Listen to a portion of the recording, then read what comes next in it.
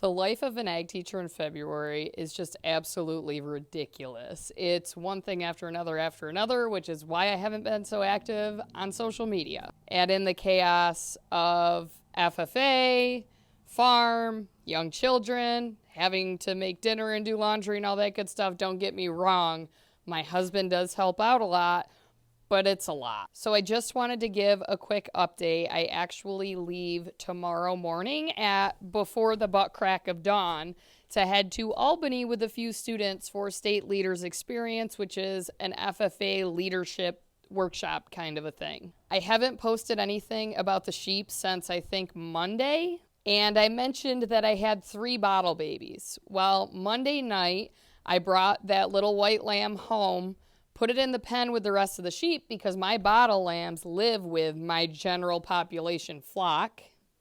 And she ran right up to Mama.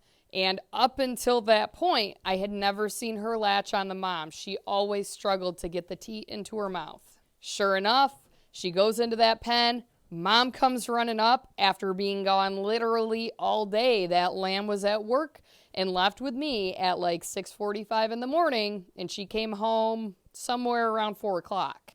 The lamb successfully latched for the first time since it was born. So little white lamb is not a bottle lamb anymore, but I do still have my 2 bottle babies that were born on last Sunday night. A week ago today, an old ewe that I have went into labor. As soon as the water broke, I could tell that the fluids were messed up. It did not look good to me.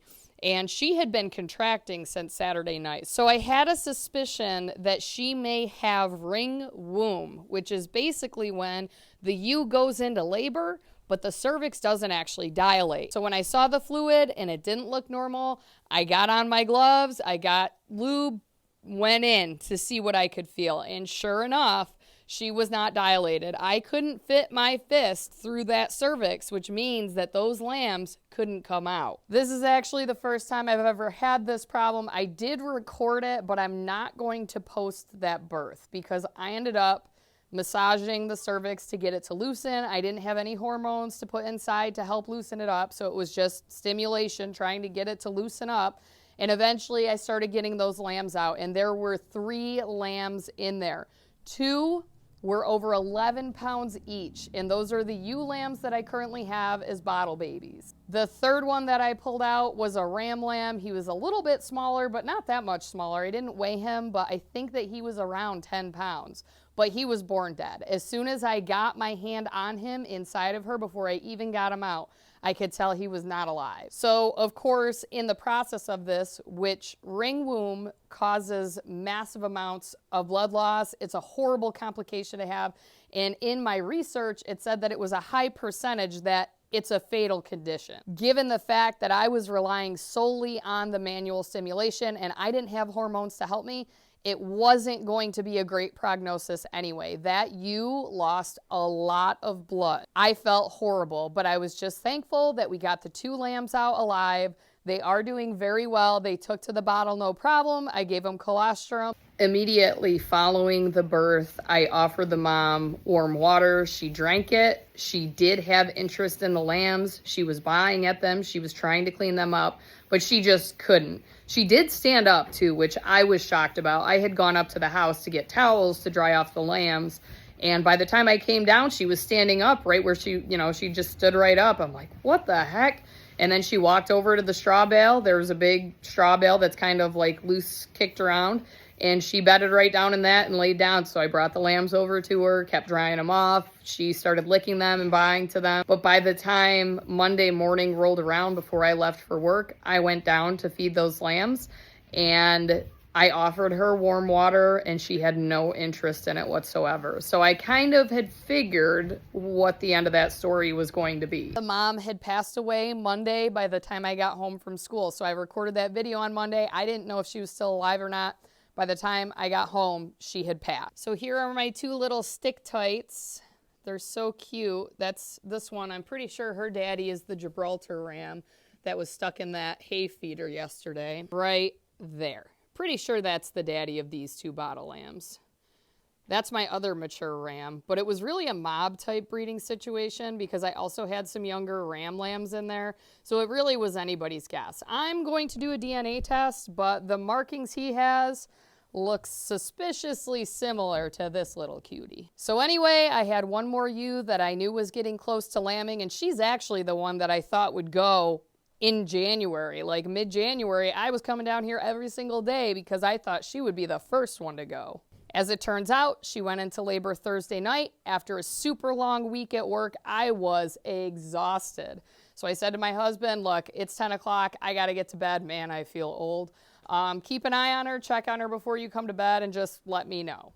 So he came to bed. I don't know what time it was, but he did tell me, he kind of like woke me up. She did go into labor. Her water had just broken. He goes, I'm sure by tomorrow morning you will have lambs down there. Typically, I don't allow that situation to happen. If I find a female in labor, I stay with her until those babies are born. But I had a crappy week at work last week in getting ready for the district speaking contests, all the scholarships, leadership development events. It was a horrible week, and I was physically and mentally exhausted. So I came down Friday morning before school. I made sure I got up early enough in anticipation of having new babies.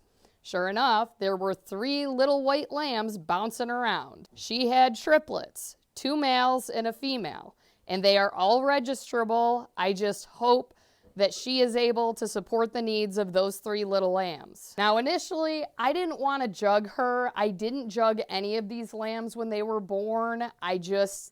It's the middle of winter. I try to keep them out of jugs until they start lambing in spring. Like my younger moms, I'll put into jugs. If you don't know what a jug is, it looks similar to this. Basically, that's the name for a smaller pen for a sheep. So I do mine out of cattle panels. Yes, they can be a little bit dangerous with these spikes coming off of them, but I've done it this way for years and never had a problem. So as per usual with triplets, I was monitoring those weights religiously. So 2 to 3 times a day, I've been weighing all 3 of those lambs that were born Friday morning. And I noticed that they're not gaining like they should be. And I'm leaving at the crack of dawn tomorrow morning to go to Albany, and my husband is going to be here with our 2 young children and responsible for all of these animals. So I said to him, I'm going to put her in a jug tomorrow morning. This was last night when I took more weights and realized they were kind of like fluctuating, but they're not gaining like they should be. Now, the smallest lamb in here is a little over 5 pounds. The other 2 are around 8 or 9 pounds. But I noticed last night when I was down here feeding the bottle lambs, the little runt is running around buying, and the mom will respond, but the mom won't come and hunt the baby down.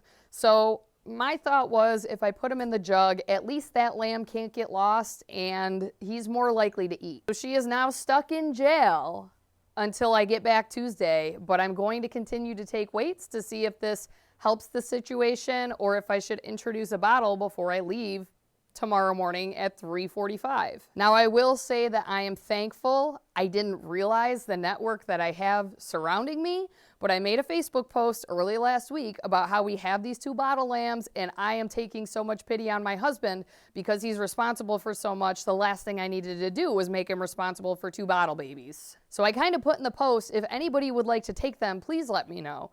And so many people reached out to me. I mean, at least 10 different people that I never would have thought would offer. They offered. The person that will actually be caring for them while I am gone bought 2 bottle lambs from me last year. She's a student, and I know that she raised those lambs successfully, so I'm not concerned about 48 hours of them being in her care. She doesn't have any other sheep. It's no biosecurity concerns, where some of my other options kind of were, and they should be fine. So tomorrow morning at 4 a.m., I'm going to break into my classroom and drop off my 2 bottle lambs along with their supplies and everything that they need. I am literally counting down the days until Valentine's Day because our district speaking contest is on Tuesday the 13th.